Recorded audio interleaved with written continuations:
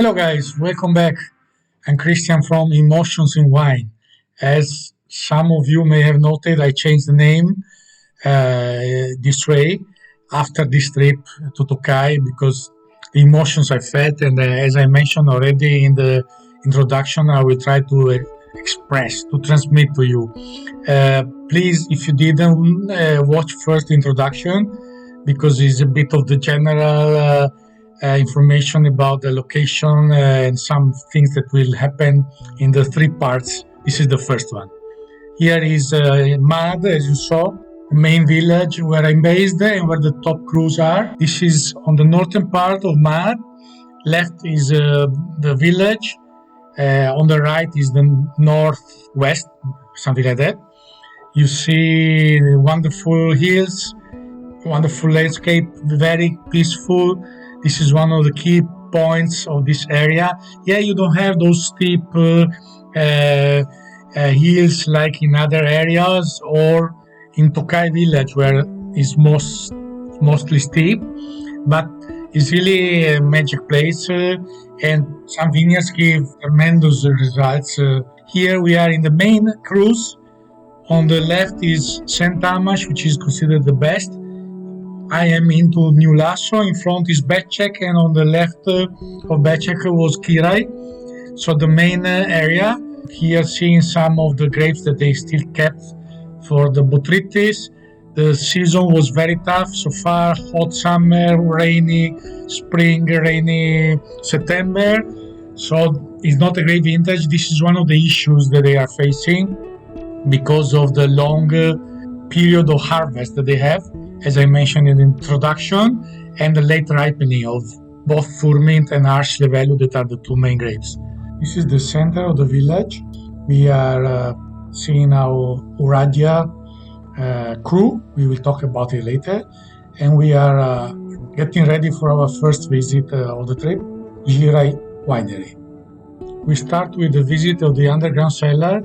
This is the traditional style winemaking in Tokaj. Hello, Kata. Hi.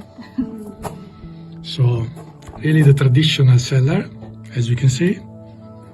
So, tell us a bit about the traditional winemaking style that you have. So we use the cellar for our fermentation and for the aging. It's very typical in Tokaj, so we are very deep underground. The temperature is always the same. It's between 10 and 12 degrees, so it's very good for the wines. And we use only barrels for the fermentation. As you see, we have different sizes, mainly to 120 liters, but we have some bigger ones. And after the fermentation, we age the wines here as well, in the same barrels usually. On the lease for at least 6 months, but it usually depends on the vintage. We always try them and see how they develop and try to find the best time when we just finish the aging. As you will see, guys, in the next part 2, there are many of these small underground cellars all around these villages in the hills, inside the hills. But she thinks that nowadays the medium or big sized wineries with facilities, with tanks are on that direction, and maybe they use the cellars just for the aging of the most important wine. Only family small owned or those doing just wine for the house are still using 100% these cellars underground because they are honestly very traditional and something magic for me, but not comfortable, especially for vinification. With the pumps, with no space to move, even for my height, it was trouble to pass below the tunnel. And then maximum 400 liter casks they can have there because they cannot move them. She would like to have bigger. She would like to do other things, but this is a bit the situation that they have. As you can see, guys, anyway, this is the standard cask, very old. So this is really the traditional way used as containers for the vinification and aging. As I said in other videos, that is the traditional approach that they have in Tokaj. So the spiciness is little, but she told me that she is using 10-15% maximum of new casks. She doesn't like too much that, but a touch is okay. Even because if you use a lot of new oak, besides the spiciness, is even the risk always, in a case of a tough vintage, of too much extraction, etc. So as you will see, tradition is very relevant here. It is part of the magic, as I said before. So I very much appreciate. The winery is making about 25,000 bottles out of 15 hectares. So even that is another issue.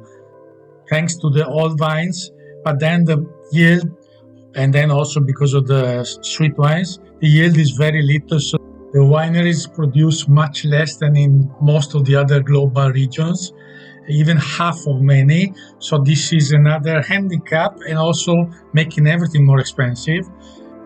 Back to the tasting room now, where we are going to start to try Tokaj dry estate wine. At the beginning of the winery, they were making only sweet wines from several plots spread around the vineyards.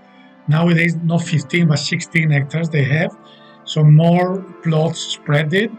And when they decided to do dry wines, was a big trouble, besides all natural, etc., but also the harvest in many different moments because of the maturation of the vineyards differently.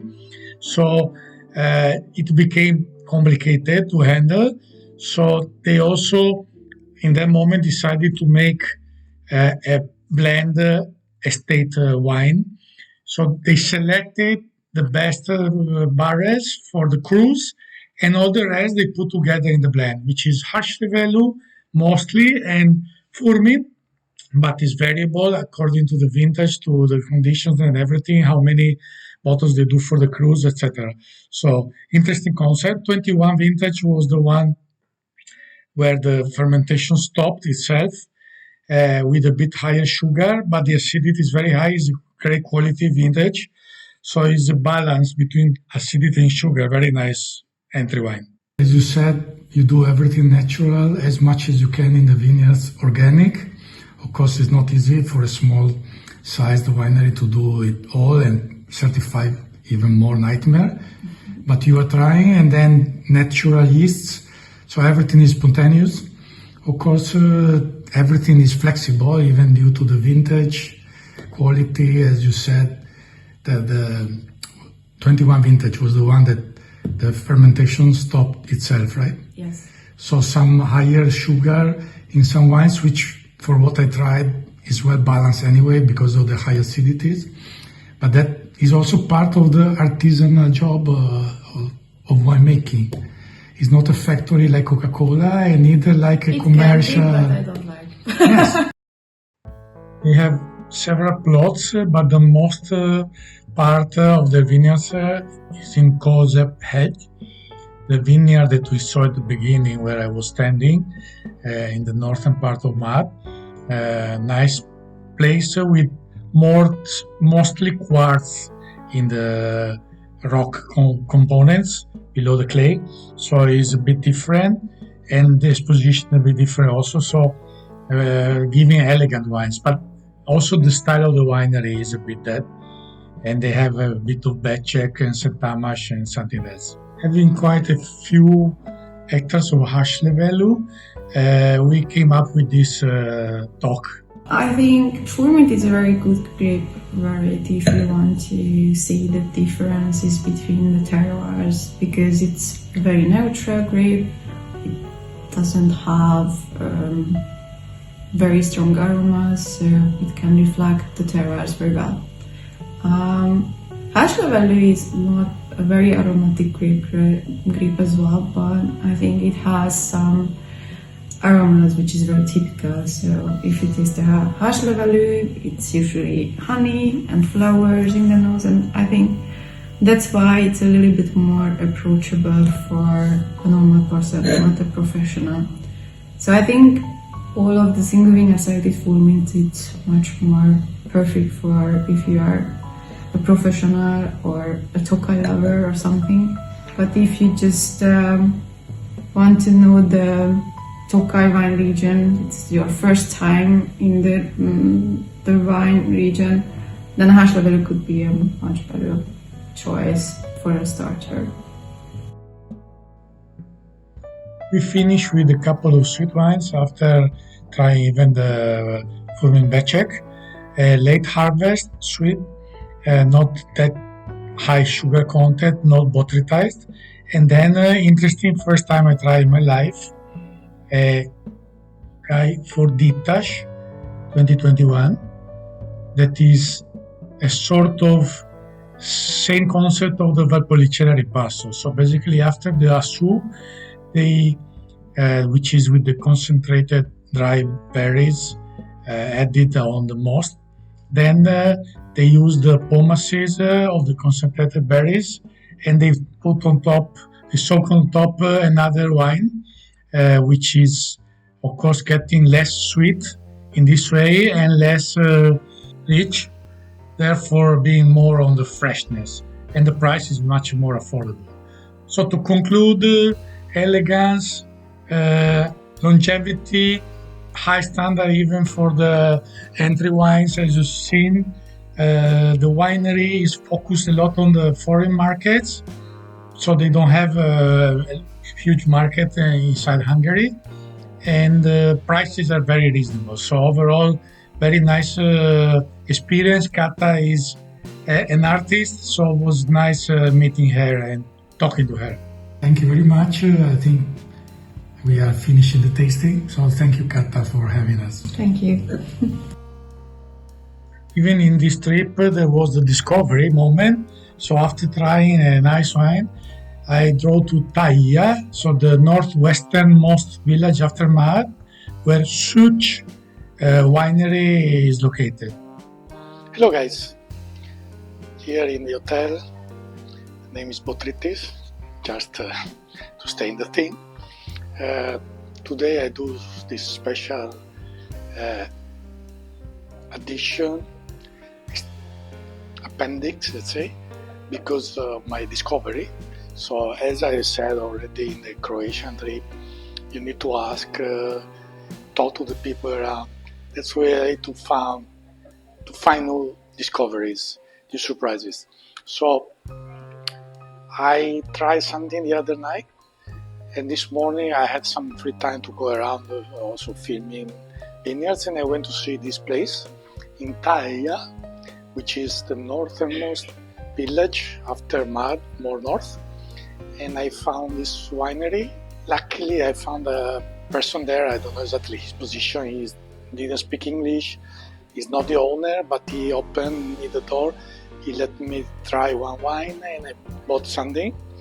And they gave me the contact of the owner speaking English. So interesting connection to start. This is the winery.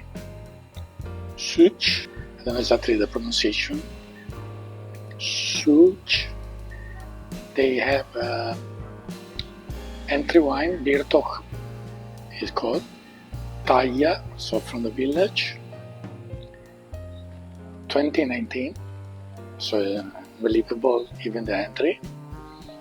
And then I bought the two crus. I tried the Pohomai, this one, the other day, and actually it was not the same vintage. This is 2021, bought the crus. So the recent one, they still have some bottles of the other.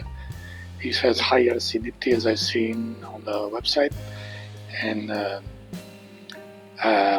bit higher sugars. So we'll see. Now I am trying the Birtok because I had to buy the bottle that I tried there. So I'm doing a small tasting here now. So I was quite impressed immediately. They do all traditional. They had the underground cellar I saw, but of course we didn't go in. They do 7,000-8,000 bottles total. So the entry wine, few crus, maybe there is another one, and then one sparkling I saw, and of course some sweets. So they have at least 6 labels, and The winery has no long history. The owner is a bit older than me. He started 12 years ago to make wine, but he developed step by step, and now he's certified organic. That he told me already, and I saw also on the website. So 2019 entry wine. I guess it's a selection from different vineyards, and the cask aging is used for everything. So everything is traditional style. I don't know the other details if it's indigenous yeasts. I think so, but I'm not sure 100%. This is quite complex actually for an entry. The fruit, the mineral, the spicy all together coming out immediately.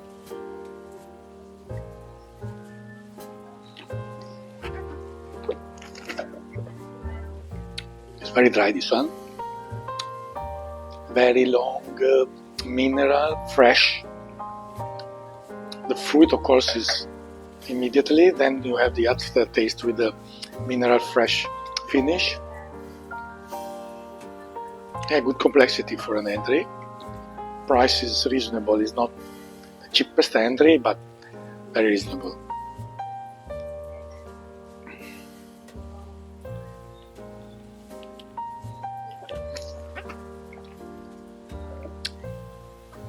And a good balance variety, of course, is also aged 5 years, which also gives you already a good parameter. Is an entry wine, okay, in oak, but still entry, 5 years old, and is very, very well balanced, very lively. Tell me how many wine regions you have the entry wines that can last more than 5 years.